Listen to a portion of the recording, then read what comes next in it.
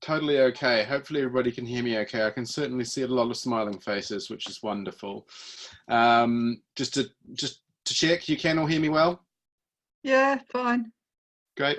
Okay, good. Let's jump straight in then. So, hi everybody. Welcome to the October Grassroots Call. If we haven't had a chance to meet, my name's Aaron Oxley. I'm the Executive Director of Results UK. As usual, when we start, if there's any new people on the call this evening, very special welcome to you. And just like to give you an opportunity to introduce yourself and say hello if we have anyone new that wants to do that or is joining for the first time in a long time. And welcome back. Hi. Hello, Results Sheffield. Who do we have there? I'm Nathan and I'm a postgrad here at Sheffield. Great, welcome. Nice to have you, Nathan. Welcome to the call. Hi, I'm Nikki. I'm a third year student. Hi, Nikki. Welcome. Thank you. Did I notice somebody in London was getting ready to say hello? I see you laughing, but then decided against it, but now I put you on the spot, so you're going to anyway. Okay, so yeah. Do you want to unmute it? If you're unmuted, we can hear you, yeah. Hi, I'm here. We have just joined, so nice to meet you all.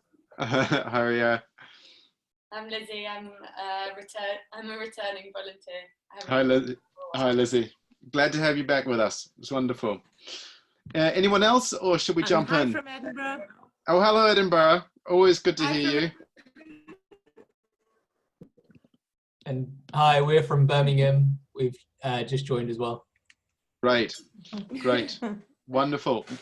Great to have folks from Birmingham. I noticed that we didn't have the Carrie's Lounge in Birmingham as we often do. So good to see Birmingham still being repped on the call tonight. Really wonderful. Welcome. That's lots of new people. Really exciting. So look, I will jump in at this point into this month's call. And for those of you that are brand new, I'm going to start with a bit of a review of where we're at and the point of the year. So apologies if some of this is new to you, but hopefully it will all make sense and certainly map across to some of the materials that you've been provided in the pack tonight. So as a lot of you do know, we've been talking a lot this year about the replenishments of various global health institutions. And in fact, we're going to be talking about that again this month as some of those replenishments get closer and closer. What I'd like us to think about this evening is, why does all this actually matter in the long term? And how does this fit within that bigger picture of what we as Results want to see happen in the world? In other words, how is what we're doing this year going to help us achieve the goal of ending extreme poverty by 2030? So last month, we spent a bit of time looking at the need to focus UK aid and what in technical terms is called human development. And that's the things that actually improve people's well-being directly, such as access to health services, nutritious food, and education, a means of earning a reasonable living. It's definitely not about assuming that economic growth automatically delivers these things. And we only really have to look at the current state of the world to know that that doesn't happen automatically. Now, our job at Results is to help people gain access to these critical building blocks of human well-being, which means not sitting back and hoping that economies will grow and magically lift people out of poverty, but actively engaging and directing resources, policies, and political attention towards making sure, in the global goals language, that we leave no one behind. Some of you may be aware that this year, we're refreshing our strategy for the period of 2020 to 2022. And one of the key things we're doing is to look at the issues that we work on, and we're asking ourselves, how can we make sure that this work is the best thing we can be doing to help reach the most marginalized and vulnerable people? So for example, now that the UK government has pledged 1 point in malaria over the next 3 years, how can we support them to make sure this resource is used as effectively as possible? At this point, I should mention that although we thank the government for that £1.4 billion back in June when they announced it, I suspect many of you did as well, the actual replenishment conference for the Global Fund is happening next week in Lyon, France, on the 10th. So now I'm going to be going there by train, and we'll all be hoping that the UK's early pledge has inspired everybody else to come forward so that we collectively reach a minimum of $14 billion that we need to fight the 3 diseases, AIDS, TB, and malaria. So keep your eyes peeled. Thursday next week would be a great day to get on social media and share again our thanks for such a strong UK commitment that we know will have helped move other countries to give more. As we're going to hear later on this evening, we still have to find a bunch more money for the fight against polio, for vaccinations against easily preventable diseases, and to combat malnutrition. The good news is that the money is there. If we get the result we're hoping for, we will see billions of pounds of financial resources directed to overcoming poverty, and everyone on this call will have played a big part in achieving this. But while we've got some positive signs, this is absolutely by no means a foregone conclusion. We're still going to have to advocate for it, and we're going to have to keep pushing for ambition and pushing for delivery. We are going to be focusing a lot of our resources on health over the next few months. Now, if we get to where we want to be, then there'll be a couple of big questions to ask next. First, is the money going to be used as well as it can be? Will it reach those most excluded from tuberculosis treatment? Will it reach those most remote from basic healthcare services? Will it reach people with disabilities, marginalised girls? And rest assured, we're going to be doing all we can to check in on this, and if necessary, flag with all of you for further action. And secondly, we have our eyes fixed on 2030. I often say about this work that it is not a sprint, it is a marathon. And so it isn't actually so far away now, though, in international development speak. And while it might often feel to you that your achievements might be small in relation to the needs in the world, actually, things are moving very fast, and the changes that you're helping to bring about each year are critical if we take step by step the steps we need to take to make sure we leave no one behind. Now, of course, on the path to 2030, we know that donor money isn't the only thing, and in many ways, quite often not even the most important thing, because what we need for countries to become self-sustainable in health and education services, to be able to provide their populations with access to decent jobs, a lot of that they're going to need to use a lot of their own resources. Good news is that while a whole lot of countries are going to reach middle income status over the next few years, that's the good news. But realistically, we're not just going to be able to say, right, you're wealthy enough now. All these people living in poverty are your problem. All these social challenges are now your problem. Lots of studies show that that's not the case. Donor countries such as the UK are going to need to keep providing aid and support, working really hard right through to 2030 if we're going to have a hope of eradicating global poverty by that date. And so that's why all of our work on transition, which is the term we've been using for the changing aid relationships and often withdrawal of aid as countries' income levels increase, that's why transition work is so important. We have to make sure that we don't lose the development gains that have been made over the last couple of decades by doing that in a bad way, in an unplanned way.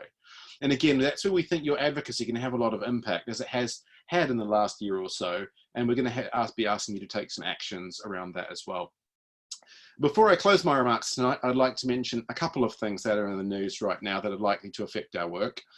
Just last week, while Boris Johnson was trying to talk himself out of trouble from the United Nations General Assembly in New York, world leaders were actually meeting to discuss a whole lot of important things, including how to achieve universal health coverage and how to tackle climate change. Now, the ongoing extreme turbulence in UK politics means that we need to be planning for a general election. Together with other organisations in the Aid Coalition, we're planning how and whether an election would be a suitable moment to defend UK aid and to gain support for international development. However, under both the general UK charity law and under the Lobbying Act, it's going to be really important that if any of you do decide to talk about results issues during a general election campaign, that you do so impartially and that you give political candidates of all parties the same opportunities to discuss the issues, and that you don't publicly compare the policies of different parties on development issues. Of course, we aren't saying that you can't take part in the democratic process or actively campaign for your own views or even for political parties. But if you do any of that, please do all you can to ensure that while you do partisan campaigning, it isn't any way possible to see this as representing results or results opinion. One very practical example, if you regularly tweet about results, then please make sure you use a different account if you're going to do any party political campaigning. The challenge here is that you could endanger our important neutral and non-partisan status as a charity that puts poverty first if you're getting that entangled with partisan politics. Last time there was a snap election in 2017, we issued a bunch of more detailed guidance for groups. We sent that out via group leaders. And as soon as another election's actually called, we'll do the same again so that you can be clear exactly where you stand on all of this. But please do contact the office at any time if you're unclear what we'd like you to not say on behalf of results during an election period, because it's better safe than sorry. The last thing I want to talk about right now is climate change. We've all seen the leadership shown recently by young people in the climate strikes. And as you know, scientists are telling us that climate change is more serious than we had previously thought. It's absolutely obvious that many of the things that we're campaigning for, good nutrition, health, stable livelihoods, are threatened or even rendered impossible to achieve by dramatic climate change. We can't ignore it. And so as we develop our 2020 to 2022 strategy, we must and will ensure we're addressing climate in a meaningful and not tokenistic way. We have to recognize that we're not experts on this, and there are many other organizations doing important work on climate change that we shouldn't try to duplicate. So we're actively seeking to get funding for the kind of smart advocacy we did over the last couple of years on climate risk insurance that was helping communities to have access to vital financial security after being affected by extreme weather events. We're also actively researching the linkages between the issue areas that we work on, like health, education, and economic opportunities and climate change, to ensure that our advocacy positions take proper account of climate, such as, for example, the impact of climate change on health. Just as one example of how climate change affects health, I read recently that we predict 1 billion more people will be exposed to malaria that weren't before because of climate change. That's going to be a huge challenge. We'll put a link up to that in the chat box in just a second, to look for where that came from. And I hope you'll be pleased to hear that even outside of taking up more climate work actually in our advocacy, we're literally at this moment drafting an environmental policy which will help us reduce our own footprint as Results UK. And that's one of the reasons I'm taking the train rather than flying to Lyon next week. That's it from me right now. I'm going to hand over to Della to give the usual round of your advocacy over the last month. Over to you, Della. Aaron, can I just chip in for a minute? Sure. What you were saying about personal advocacy not being linked publicly to results as a possible, obviously as a possible threat to the independence of results. Have I said that correctly? Well, you missed the really important thing, partisan advocacy. Okay, so what I wanted to say, what I wanted to say was that doing this work in that way is a fantastic way of learning how to be politically active in a very febrile environment. It's so easy to become polarized personally, within one's family, within social networks, out in the streets or whatever. And that the exercise of being politically active without being partisan is an essential skill, regardless of results. So I really encourage people to take that on board. It's one of the great lessons that I learned from working with results, is that you don't have to take sides. You don't have to be, the model I use is you've got two legs, and it's the same with politics. You don't just walk around on a left leg or a right leg. And it's like, it's balance. So you can be political, you can be active, you can be very powerful, and you don't have to be on anyone's side except yours and the community that you're trying to support. That's it. Thanks, Pete. That's really helpful. And as I said, I think that's a really useful skill to learn. But I do know that there are definitely people on this call that are going to want to door knock for somebody or another in their constituency. I say go for that. Just don't do it wearing a results t-shirt. We've got some guidance if you want to do that stuff. Watch this space. There's no election yet, but I'd be pretty surprised if we didn't have one sometime soon. given the parlous state of the current government's majority. But yeah, we'll send around some additional detailed guidance when that does happen, so you can feel confident and assured in all of that. But thanks for that intervention, Pete. I will actually now throw across to Della to take us through the next bit of the call. Hear me okay? Yeah, cool. So I'll just go through what Grassroots have been up to recently. And I wanted to start off by saying that I went up to Edinburgh a couple of weeks ago, and thanks to Kathy for helping out with a volunteer fair there. And thank you also to William for coming down from Linlithgow. It was really nice to meet you both. Della, we can't hear you, sorry. Shall I, maybe if I bring the laptop a bit closer, is that a bit better? Yes. Yeah, sorry, I was on mute. Yes, you're quite a lot louder when your face is a lot closer. Cool. So I've just got back from Edinburgh, where I helped out with a volunteer fair, and I was just thanking Kathy for helping out as well, and William for coming down from Linlithgow. Kathy, I know you're on the call. I wondered if you wanted to say anything about how the meeting you had after the volunteer fair went. No pressure. I'm just unmuting. Yes, we're sitting now with 4 new people here tonight, and we watched a really important film about how it feels like to be a refugee last Sunday at the Take One Action Film Festival. So we're all geared up to doing our action tonight. That's amazing. Thank you, Kathy. The next thing I wanted to ask was if Jill, you wanted to say a little bit about the event that you put on over the weekend. I can see you. Yeah, we had a day's conference on nutrition, nutrition in the UK and also globally. So Callum came and did the morning and gave a brilliant presentation about some of the aspects of malnutrition. And in the afternoon, we had somebody from End Hunger UK, which is an organisation very like Results because it's doing political advocacy work. So the two meshed in very well. We had 33 people, which was great. We had photos taken and we had actions for both of them.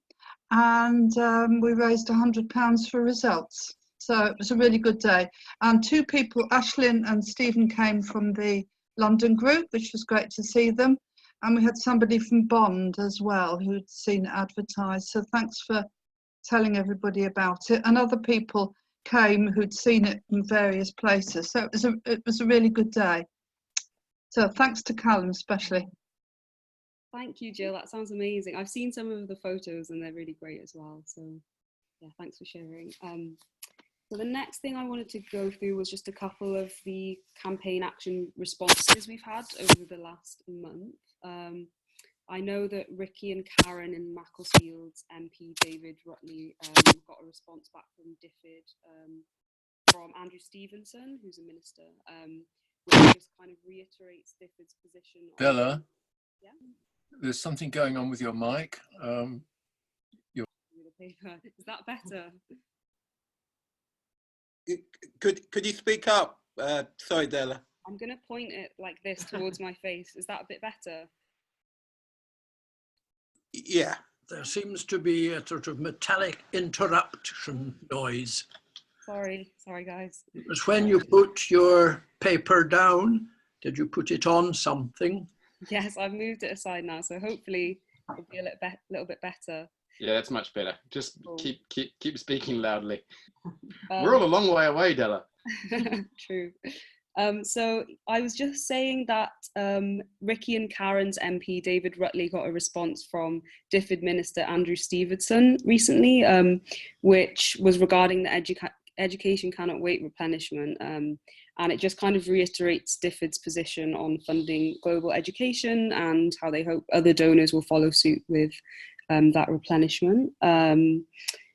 You've also been getting in touch with me with more responses to the GPI polio action. I know Mark and Anne in Norwich received a similar response to others that you've had across the network from Andrew Morrison, which were quite positive and thanked us for the advocacy we've been doing on ending polio. Thanks to everyone who's shared their letters on the Education Cannot Wait replenishment. I know that Archie in Glasgow received a particularly positive follow-up from his MP, who, since the ECW pledge announcement was made, has said she wants to follow up with the Secretary of State, Alex Sharma, to ask how they're going to monitor the impact of this investment and what future plans they have for supporting education as well. So yeah, really engaged. It's really good to hear. Don't forget to let me know if you've been taking any other actions that I don't know about. You can just email me. So since the last call as well, we've had 3 new blogs go up on our website and social media. I'll put links to all of these in the chat box once I finish speaking. So thanks to Nicole, who wrote a piece on why we need to continue investing in ending TB, and there's a focus on women and girls especially in that. So that's fantastic. There's also a blog that the Pool Group wrote about their bank holiday advocacy that they told us a bit about on the last call. But if you want to read that, you can as well. And also, we may have mentioned that this was in the pipeline last month, but it's since gone online. One of our nutrition advocates, Layla, who's based in London, wrote a really good piece about the UK's role in ending malnutrition in the run-up to the Nutrition for Growth Summit. And you can actually take a campaign action at the end of that blog as well. If you want to write to your MP with a kind of template letter, then please do. So on the topic of nutrition, I thought I'd mention that World Food Day is coming up on the 16th of October as well, which could be an opportunity to engage your MP on nutrition. The parliamentary team, aka Tom, who's on the call, have been organising a parliamentary event for that day, the 16th of October. So it's something that the Nutrition for Growth APPG, All Party Parliamentary Group, are part of. So if you'd like to invite your MP to go along and join, I'll put the details in the chat box as well, and I can send out a PDF invite that you can forward to your MP. I can probably do that via group leader, so via email and on the shared Dropbox folder as well. And lastly, I just wanted to remind you that we've got a training in the pipeline for all of you, and it's likely to be in mid-November. Once we have a definite date and venue, obviously we'll let you know. But it's probably going to be in Birmingham or Sheffield. But yeah, we'll give you the updates as we have them. I wanted to remind you as well that we do offer travel bursaries. So please make the most of them and let me know if you need your train covered so that you can get there. Does anyone from the network want to share anything that they've been up to since the last call? Anything I've missed? Let me know if so. Can't see any hands up. So yeah, I think I just wanted to say thank you for everything you've been doing and for letting me know about all the actions you're taking. So I'll hand back to Aaron if no one has anything to add. Thank you. Great, Della, thanks. I always like that bit of the call. Just all the amazing things you guys are up to is just always so good to hear.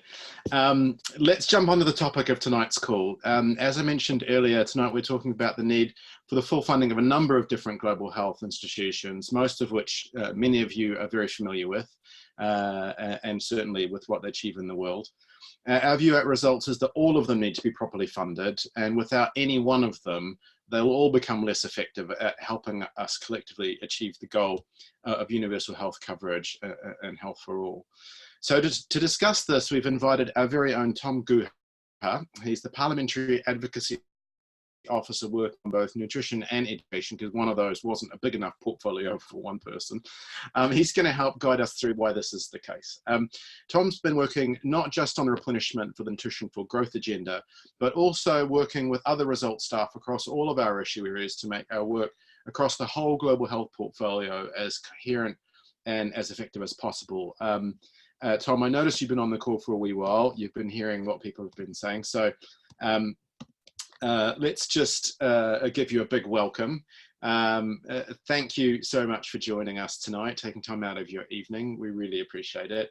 I think you know many of the grassroots volunteer advocates we've got on the call this evening. I know you've addressed one of these calls before, so I'm not going to introduce them all over again, but of course you know that they're keen to hear from you. As always, we're going to start with 3 pre-arranged questions for you, and then we're going to open up to questions from the floor. For those of you on your computers, please do ask the questions using the chat function on the side of the screen, and I'll read those out for the benefit of the people on the phones.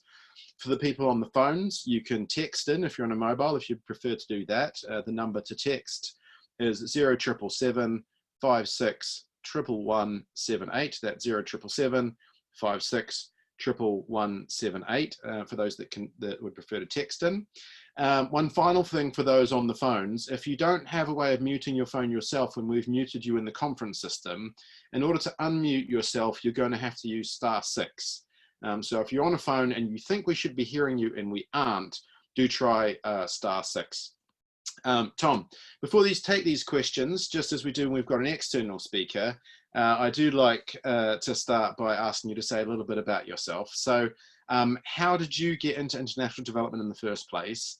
What's your background before coming to work at Results? And why do you get out of bed in the morning to come into the office? What is it that motivates you to do this work? Those are 3 good questions. How did I first get into international development?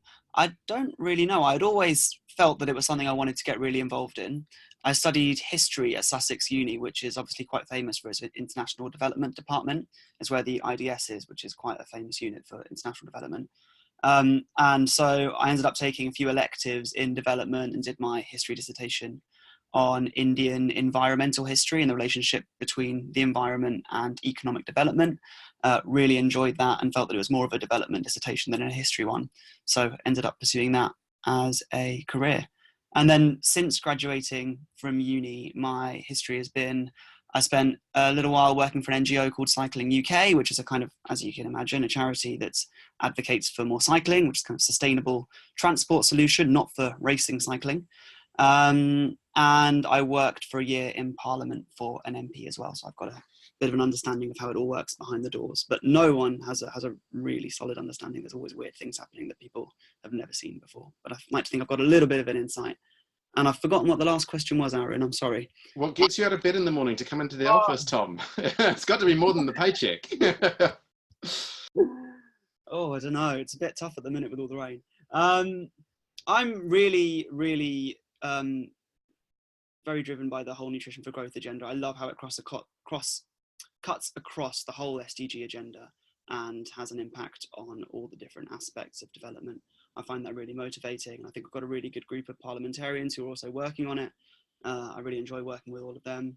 So, and obviously the team at Results. Great, thanks, Tom.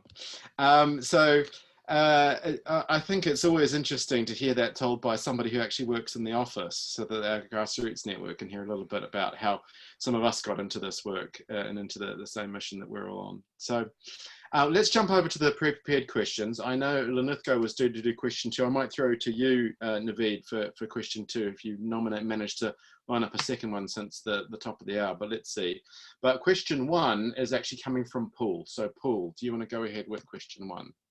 Yeah, hello Tom, nice to see you. We're told that all global health funds need to work together, but what does that actually mean in reality? Okay, so there's a couple of things to consider. So I heard there were a couple of newbies on the call, so for the benefit of them, let's just have a look at what a global health fund is. So a global health fund is a multilateral organisation that governments such as the UK government, but also donor governments such as the US, Canada, Germany, the EU, etc., all put money into, and the organisation pools those funds in order to tackle a particular health issue. Now, they're brilliant because they are efficient, they pool resources, they use funds in a way that is more efficient than if everything was done bilaterally. But the shortcomings of multilateral organisations is the fact that they have a fairly narrow brief. So let's take the Global Fund, for example, which has a remit to fight AIDS, TB, and malaria. It does a wonderful job tackling all of those things, as does the Global Polio Eradication Initiative with tackling polio, and Gavi, which rolls out vaccine programs. But as you can see, all of these different things only look at one very narrow aspect of a health system. And so when we talk to DfID about, why are we investing in these systems? What's the ultimate goal? The ultimate goal is to develop a health system that is sustainable, is resilient, and that ultimately won't even need to rely on aid. So it's a matter of trying to join the work of the different multilats up, but also trying to get DfID as a donor to all of these different organizations to consider their investments in that kind of holistic way, with that overall vision of a sustainable health system in mind. And that sustainable health vision that I'm talking about now is broadly spoken about in the generally as universal health coverage, or UHC, which I think Aaron touched on earlier, which is the idea that everyone should be able to access all the health services they need without having to suffer financial hardship. So it's just trying to join the dots between all those different health funds in pursuit of that overall goal of UHC. Thanks, Tom. Naveed, I'm going to ask you, have you managed to line up question number 2? No, apologies for messing that one up. This is like the bit in the Wizard of Oz where the curtain is drawn aside and you see what's going on behind the scenes here. So I'm going to ask the question which I think we were expecting from Linlithgow. Apologies. We know that there's only so much money to spend on international aid, and obviously a lot of pressure to spend it on other things. So what's your feeling about how realistic it is to ask the UK government to spend more on health particularly? It's a very astute question, Naveed. So the first thing to point out is the value for money for health intervention. So, for example, there's some research done that demonstrates that investing in vaccines has a 1 to 44 return. So if every £1 invested in vaccines returns £44. Similar research on nutrition demonstrates that every £1 invested in nutrition in the long run yields £17. So it's obviously a good value for money investment. The other thing to mention is the fact that these multilateral, these big global health funds score extremely well on DfID's grading system. They are always found to be extremely efficient and kind of transparent use of taxpayer funds. The reason why they need defending is because we're increasingly hearing murmurings from DfID that the human development portfolio, which includes health, is coming under threat at the expense of a lot of other priorities, like climate change, which Aaron says, which, as Aaron said, is a priority that we should all consider.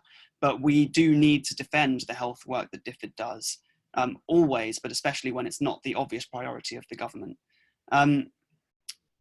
Another thing to add is that a large part of what we're asking for this year, especially with nutrition, isn't for even more money going towards nutrition programs. It's for them to do nutrition programs better than they have been before. And that's often one of the asks we have with our health work, although we do also often ask for an increase in funds. So yeah, I think that's the answer to my question. Thanks, Tom. I think that's really a great comprehensive opener on that question, extremely important. We're going to go to Manchester for question 3. Hi, Tom. Is it realistic to expect that we will ever achieve universal health coverage? So yes, of course it is. It's so we've signed up to it. All UN states have signed up to it by signing up to the SDGs. It's captured within Sustainable Development Goal 3. And just last week at the UN General Assembly, member states signed up to the political declaration of the high-level meeting on universal health coverage, which is designed to accelerate progress towards UHC. A common misconception with UHC is that the UHC equals the NHS, which it does not. The NHS is a really good example of UHC, but UHC does not demand that all states set up a fully funded healthcare system. All it demands is that governments develop health systems that enable people to access the health services they need without having to suffer financial hardship. And it can be achieved in a lot of countries by investment in these big multilateral funds, but so long as the investments are looked at in this holistic way and we join the dots between them. And then obviously as countries transition, we need to navigate that quite carefully to ensure that as aid drops off, governments are also able to support their own health system. But yes, it is absolutely doable, and there are examples of it having been achieved all over the world. In fact, one of our colleagues, Rachel, just got back from Kenya to assess how UHC is being implemented there. It's not been fully implemented. There are still a lot of problems with it, but they've made a lot of progress as these global funds have done a lot of their work. Thanks, Tom. I think that's great. And I think one of the things that that really struck me when I had a report back from a recent trip to Ethiopia that some of our results colleagues went on was that when we were taking people around Ethiopia, all the Ethiopians wanted to talk about was UHC. It had really captured the imagination of many people in the country about the kind of health system that they wanted for their citizens, and the kind of health system that they wanted to put energy into building. So that's quite exciting, and I think seeing how these health multilaterals help build that out is really quite critical, and the role that they can have to play. And we're seeing them increasingly taking that up. I put a couple of links in the chat box for things like that will allow people to dig a little deeper on that issue as well. We are going to open the lines now for questions and for Tom. We'll do the usual thing. If you can put it in the chat box, put it in the chat box. If you want to text it in, go ahead. I've got my phone right here, and I'm checking that as well, which is great. And we will also do a fastest finger on the people yelling stuff out as well for those that aren't able to text or chat box. So Peter's got the first question in the chat box, and Peter asks the benefits of those on the phone. If we're going to ask DfID to improve their health provision, how do we identify what's missing, and how do we know as an advocacy organisation how to provide what's missing? I mean, Pete's asked a really easy question, Tom. I'm sure you'll hit it out of the park. Well, all of these things are tracked through DfID's aid spend, through DevTracker and things like that. So we know what DfID's spending. It's one of the most transparent government departments that exists. So we can clearly see what they're supporting and where their shortcomings are. For example, we already know that this administration, this government, are prioritising the multilaterals often at the expense of bilateral spend. So we can see that just from answers from PQs and by looking at DfID's record, and we can tell that we need to improve, or not improve, but we need to do more on our bilateral support for health. And also when we're devising all our advocacy asks, we sit in big coalitions and do a lot of number crunching and all of that. And before coming up with an advocacy ask, we make sure that's all been interrogated very, very closely. With nutrition, we know that what's missing really is the impact of nutrition interventions. So DfID have often been a very good supporter of nutrition programs, but they really do need to work on improving the impact of a lot of their nutrition interventions, because a lot of them are nutrition sensitive rather than nutrition specific, which means that they have nutrition woven into them as a component rather than being centrally nutrition asks. So that's quite a long answer to the question, but I think that answers. So if Aaron, you have anything to add? Well, I mean, I think you're really hitting it on the head in terms of being able to, first of all, the radical transparency of DfID, best in the world, best donor agency in the world, number 3, only beaten by a couple of other multilateral agencies, best donor government in the world on transparency. And also just even using nutrition as an example, the fact that, we can actually see the high impact, medium impact, and lower impact spend, and unpick that and challenge DfID to report and move their impact up that ladder continually into higher impact interventions. We're doing that with nutrition, but also with many other kinds of spending is really important. It's also one of the reasons why we always robustly defend the having a strong independent DfID and resist mergers with the Foreign Office. The Foreign Office is a great department, it achieves a lot. But when it comes to spending overseas development aid, the transparency of how that aid is spent does not compete with how DfID operates. Absolutely right. Can we campaign on that?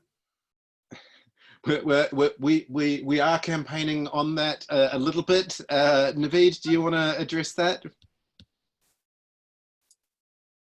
Yes, sorry, just coming off mute. Yes, so we've been keeping an eye on a thing called the Aid Coalition, which I've probably mentioned a couple of times over the last year or so, but it's not been terribly high profile. Aid agencies, international development agencies, some big names, some smaller ones, have been sort of unofficially working together to share intelligence about how the UK government is approaching aid. And so there are weekly meetings, sometimes more frequently, amongst people looking at things like how is the potential election going to affect UK aid spending? How is the politics going to affect it? And one of the big things that's coming up in that group is where is aid being spent and how it's being spent. It's not just a threat to aid in terms of the amount of money, but where people are proposing it gets spent. And we've all heard things in the news lately about, you know, the UK is spending the money on the UK's own interests, on economic development, and that all plays into who actually spends the money. So we are kind of watching it, but as of yet, we've not really seen an opportunity for public campaigning that's going to be really positive, because it's, as you can imagine, a political football at the moment. So we're definitely keeping an eye on it, but it hasn't been felt yet that we need to say loud and clear, keep this money being spent by DfID. It's been said a bit, and I imagine there might be some time to do more of it, but what we don't want to do is have it be counterproductive and start an argument that we didn't need to have, if you see what I mean. So it's a bit of political decision to be made, and we're making it in coalition with others. It's not just results doing that. But if you want to talk about this with your elected representative or anybody else, please feel free, and we can pile a load of resources at you. We've got all sorts of information about that some of the other people in the sector are providing and doing research on. So it's a very live issue, and if it matters to you, please do something, but we're being a little bit cautious because of the politics around it. Yeah. Thanks, Naveed. That's a great summary. Rest assured, if we need all hands to the pumps, you will get an email. It will be the subject of a call. This is William of Linlithgow. Go ahead, William. I've heard the word health systems more tonight than in past years, and I'm just wondering, is it the setting up of clinics around the place, or is it pressing governments to implement projects, or is it getting medicines on the ground and out on the back of the motorcycle medics, etc., etc.? Can we be a wee bit more specific about how the money is being spent? The word system covers quite a lot. So let's take the UK health system as an example. So it's all of the things you just mentioned. I think it's just having a sustainable way in which government addresses health. So in this country, we have an NHS that within it has departments that look at, you know, all the different aspects of the human body and all different diseases, and, you know, vaccination programs, primary care, secondary care, all of those things. It's the whole package. How do you deal with health in a country? And that's what we're trying to look at, rather than targeting diseases in isolation, looking at how you can use the investment in, say, the Global Fund to tackle AIDS, TB, and malaria as an investment that contributes to a fully functioning health system in the long run. I hope that makes sense. Yeah, and to put a little bit of meat on what Tom just said, I mean, there are a couple of examples that spring to mind, that some of which we've talked before on these calls, but I'll say them again anyway. I mean, if you are investing in tuberculosis, for example, in order to correctly diagnose somebody, you need to have a lab that's capable of taking a sample, a sputum sample from somebody, and actually analyzing it safely, because it's infectious when you take it if they're sick, and diagnosing somebody. Once they're diagnosed, they need 6 months worth of drugs. So you need to have good supply chain management, and you need to have good central government procurement for drugs with management of things like stockouts. You need to have a health worker that's trained to help get somebody through 6 months of really grueling care, taking pills every single day. So part health worker, part social worker. And you've got to have outreach services to reach all of the contacts of that person so that you can chase down anybody that they may have inadvertently made ill before they knew that they were diagnosed and got onto treatment. That's what we're talking about when we talk about health system. And when we talk about the Global Fund, for example, because we've just used a TB example, the Global Fund helps fund a whole pile of that stuff. And I think part of what the reason why we say in results it's important that we need to fund the Global Fund and the Gavi and the GPEI and the Nutrition for Growth agenda is that they each bring really powerful specialist knowledge and focused attention on different parts of the health system. But it's recognized that as they do that, we want that to be built into the health system rather than being standalone and separate. I mean, polio, for example, I mean, the fact that we're spending so much on polio in Nigeria is widely credited with being the reason that we didn't have an Ebola outbreak in Nigeria, because the exact same surveillance network that was being funded by the polio work to make sure that any polio cases were spotted early and had a rapid response from the polio teams was also deployed to look for presumptive Ebola cases, so that if any Ebola cases were spotted by that same network, there'd be able to be a rapid response for Ebola. So, you know, this is what this, you know, when you listed all of those things earlier, William, it's the whole banana. It's everything. And I think this is where it's really important that we keep in mind that it's countries themselves that need to be in the driving seat around building that. You can't build a national health service if you're not part of the nation. You know, I think that's really something where country ownership, my Ethiopia example from earlier, is really, really incredibly important. And this is great where we're seeing alignment coming in around that agenda and where we have different multilaterals able to contribute. Yes. I hope that answers your question. Yes, just a supplementary one perhaps. You mentioned just at the end there, Ethiopia. Can you give us a little of the sort of practicalities on the ground when you were there, that you saw the money was being invested profitably? I wasn't in Ethiopia. I'm wondering if anybody from Ethiopia is on the call. Della, you're going off mute. That Rachel went to Ethiopia. She's going to write a blog about it, which will probably go on the website the end of this week. So you can actually read, she's going to write a report about what she saw as well. So the blog will be kind of a pre-taster for what the report is going to contain. So that will go into more detail. Thank you. Thanks. Just clarify, Rachel's report is going to be about Kenya rather than Ethiopia. We'd have to dig for your Ethiopia example, I'm afraid, William. Yes, that's we all can right. ask people to get back to you. So look, we've had a bunch of stuff come down the chat in terms of questions. We've only got 10 minutes left. There's quite a lot of stuff in there about climate. So I'll sort of bag that all up in one question. But first, hopefully a technical one.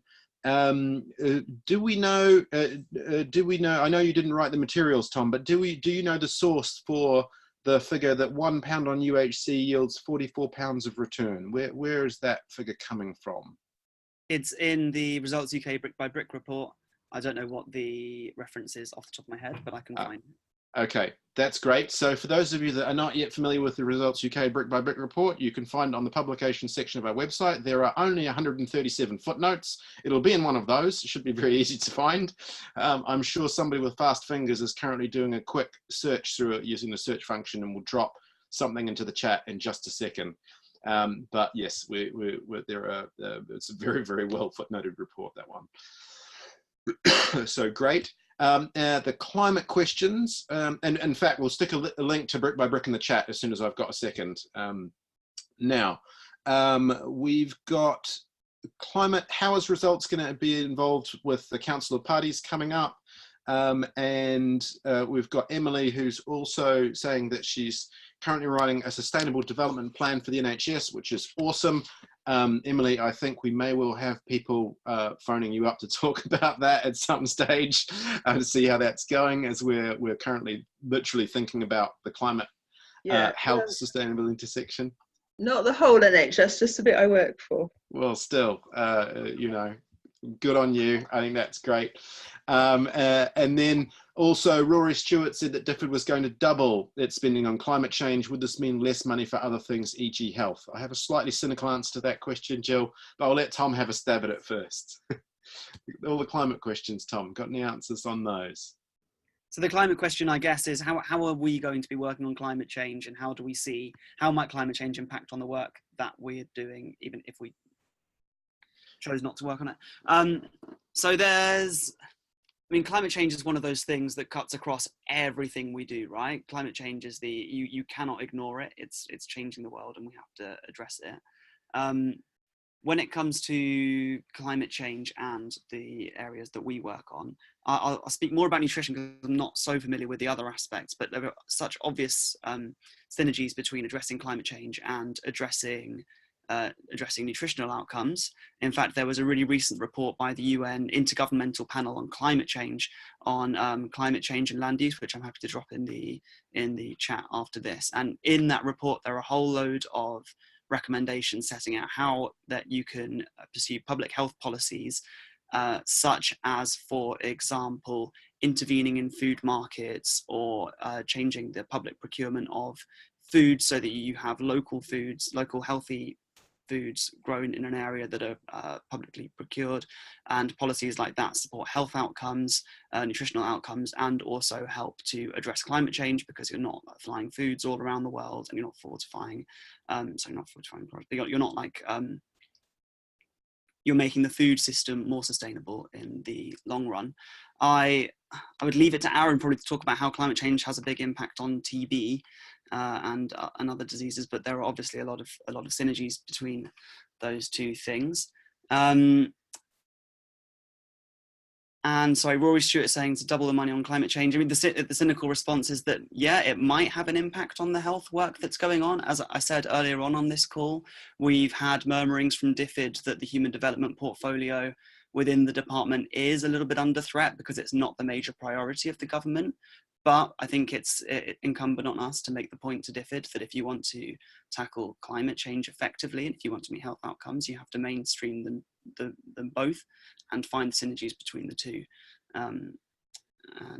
That's actually something that Rory Stewart himself said to the International Development Committee when giving evidence to them. So we think it's something that DfID are pursuing, but that they might need a bit of extra guidance from organisations like Results as to how to do it.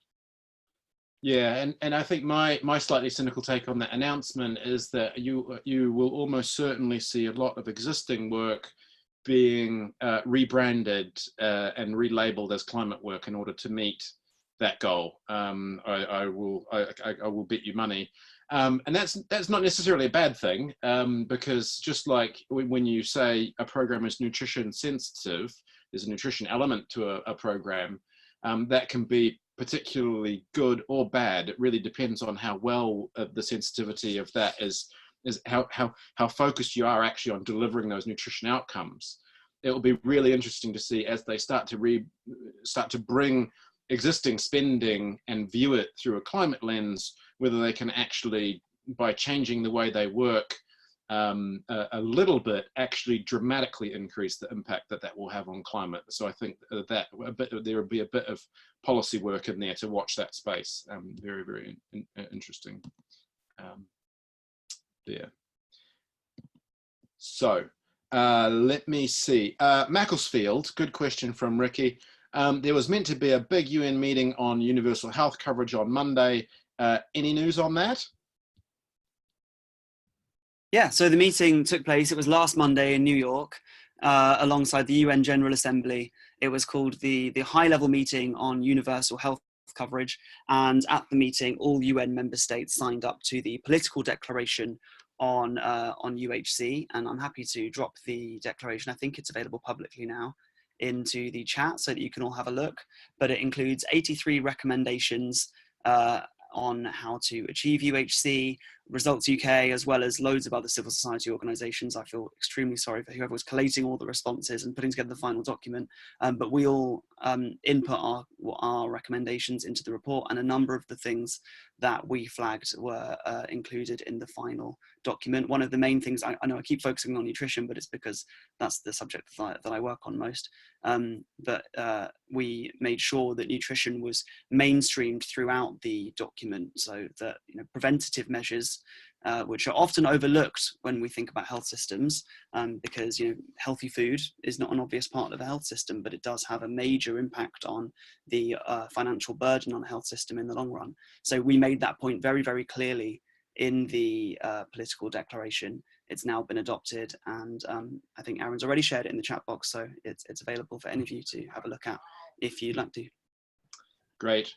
We only have 4 minutes left, but there's a really important question sitting in the chat box that I'd like us to take a look at from Kush and Karishma in Birmingham.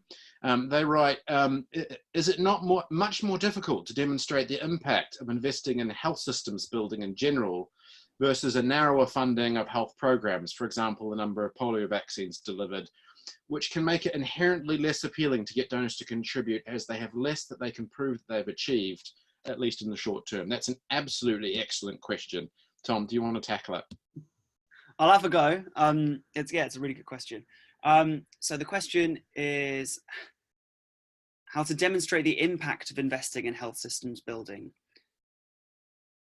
So it's a tricky one. I think it's still important to demonstrate the impact of all the individual funds on what they're trying to achieve. And the truth is that none of those funds are going to achieve their objectives unless the other funds and the bilateral work and the work being done by the country government isn't adequately supporting it. So I guess you could look at those outcomes as a kind of indicator as to how effectively we're moving towards health systems. It is more difficult to track. It's more complex. I think one of the key things about health systems is, and one of the reasons why, I mean, I have to be honest, Results UK has been pretty late to the UHC party. I'll put my hand up. When that was first proposed as the core organizing principle behind the Sustainable Development Goals, I was a bit skeptical because of exactly that point. I was like, well, you can build a beautiful drug procurement system and have wonderful warehouses, temperature controlled and all the rest of it. But if no patients are getting the pills and nobody's getting cured and people are still dying, what the hell's the point? And of course, I was missing the point a bit behind what universal health coverage actually delivers. And so I think the key thing here is that when we actually talk about investments in health systems, that we're not actually talking about investments in health systems to build health systems. We're talking about investments in health systems to drive health outcomes. And I think that's where you start to get into what for a long time has been a really false choice between investing in these, the multilateral agencies and saying they just do these vertical things and they have no impact on systems, versus just dumping a bunch of money into systems with no concrete monitoring attached to that on health outcomes, which is what the World Bank used to do in the 90s. The reality is that you need to be working on both all of these things are actually mutually reinforcing and build off of each other to build a coherent whole. And I think it's really important that the world has woken up to that. And the conversations that we're having in the space around the multilateral health agencies and what they can do and why they should be funded is precisely because we're able to recognize the contribution that they're making to building the health systems while maintaining their own, incredibly strong focus on health outcomes. And so I think really we should really be pushing back against that false choice and trying to show that it's possible and in fact desirable. And what we want to do is kind of do both, because that is how you get the best outcomes for people that you can measure. Gavi, for example, Gavi, the Vaccine Alliance, has invested billions of dollars in building out cold chain to supply vaccines all around the world. You know, that cold chain is an essential piece of a health system. And yet Gavi also, you know, I can tell you that the UK money that we give to Gavi, the Vaccine Alliance, saves a child's life every 2 minutes. Child's life every 2 minutes, and yet it also built out massive cold chain in many, many countries as part of that, as an essential health system investment. So we can, in this particular case, have a little bit of both having and eating our cake, I think, which seems to be something rare. We have hit time. Unless anybody else has any absolutely burning questions for Tom, I'm afraid we may have to call an end to proceedings this evening.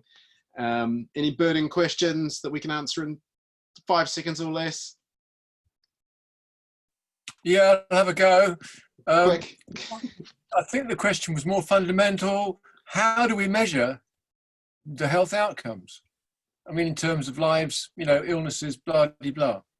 That doesn't have a 30-second answer, I'm afraid, but the WHO does a pretty good job at it. I don't know, Tom, if you want to say anything else. No, I was going to say that these statistics are available. All these things are tracked. WHO, DfID, Dev Tracker have loads of, you know, big meaty documents on these things that you can sink your teeth into if you want to, and we occasionally do. Global TB reports coming out later in October. There'll be loads of data in there on TB. So yeah, these things are regularly published. We'll flag that when it comes out. And for nutrition, the global nutrition report will be published soon, and that will show how many lives have been saved or kind of touched through nutrition interventions made via the Nutrition for Growth Summit back in 2013. So there are loads of tracking devices for all these individual initiatives. Can I just add in? I think, as I understood the question from Birmingham, it's very much about like how do you actually measure what a change to a system is about. And I just found a resource from the WHO on the different building blocks of a health system and some monitoring tools for them. So if anyone wants to geek out on that, there's a link just gone into the chat box. Quite a lot of links gone into the chat box this month. So we'll, as always, try and put those in the description of the recording when it goes live. That's great. I'd also like to add just on that last question, sorry, I know we're over time, but that we're not, you know, we're still very much advocating for investment in all these big global health funds. We're not saying let's move away from that and look just at health systems. Yeah. Where what we're saying to DfID is please pledge, you know, generously, ambitiously, equitably in all of these big global health funds, but don't drop the ball on one of them. Otherwise you undermine the work of all of them and you undermine all our efforts to try to meet a universal health coverage or a sustainable health system. So it's just important to make that point. We think these health funds do a massively important job. Those are the main things we're advocating on, but we're advocating for them in the context of a wider health system. And that's Tom, the key message. sorry, Tom, this is Bentley from Linlithgow. Would you say nutrition is the base to build everything else on in terms of health? Yeah, I'd agree with that 100%. Without good nutrition, you can't develop a good immune system. And without a good immune system, vaccines are ineffective, many medicines are ineffective, which means that people are much more likely to contract a whole range of diseases. Malnutrition is the #1 cause of ill health in the whole world. It contributes to, I can't remember the figure off the top of my head, but the figures, when you look at how many people die as a kind of indirect result of malnutrition, are really staggering. And I'm happy to send over some numbers. So you would say that's the pitch to make when we write our letters to MPs? And I think it's the foundation. If you don't have good nutrition, the vaccines are going to be ineffective, medicines are going to be ineffective, and that's what all the other big health interventions are. Nutrition is very much a preventative health measure. So I think you hit the nail on the head there. Yeah. Fair enough. Cheers, Tom. You can't take your TB tablets on an empty stomach. You've got to have nutrition. You've got to have food. You've got to rebuild your body. It really takes it out of you. That actually is where we have to call it, I'm afraid. We've gone 5 minutes over and we try to be very respectful of people's time. So I want to apologize for that, but it was a very, very exciting and stimulating conversation. I think that's part of the reason we went over. I hope you all enjoyed it as much as I did. I want to finish by saying a big thank you to Tom for taking the time to share with us the benefits of his experience working across nutrition and of course all the other policy areas we work on, to try and get a really coherent approach to all of these different health replenishments, and to make sure that all of these different building blocks of the health universal health coverage are all as strong as they can be. Also, thank you to all of you for joining the call and for all that you're doing to ensure the proper funding of all global health and nutrition. I, of course, have enjoyed myself a lot tonight. I hope you have too. Good luck with all of your actions. If you've already read the action materials in advance of getting on the call, you'll know that we're asking you to write directly to the Secretary of State, Alok Sharma, this month, partly because there's so much going on in politics, it's time to go straight to the top person. But thank you all for everything you can do to encourage him to make the right decisions on global health. Thanks again to Tom. Good night from me. Thanks to you, and do enjoy the rest of your evenings. Good night, folks. Thanks. Good night, everyone. Bye, everyone.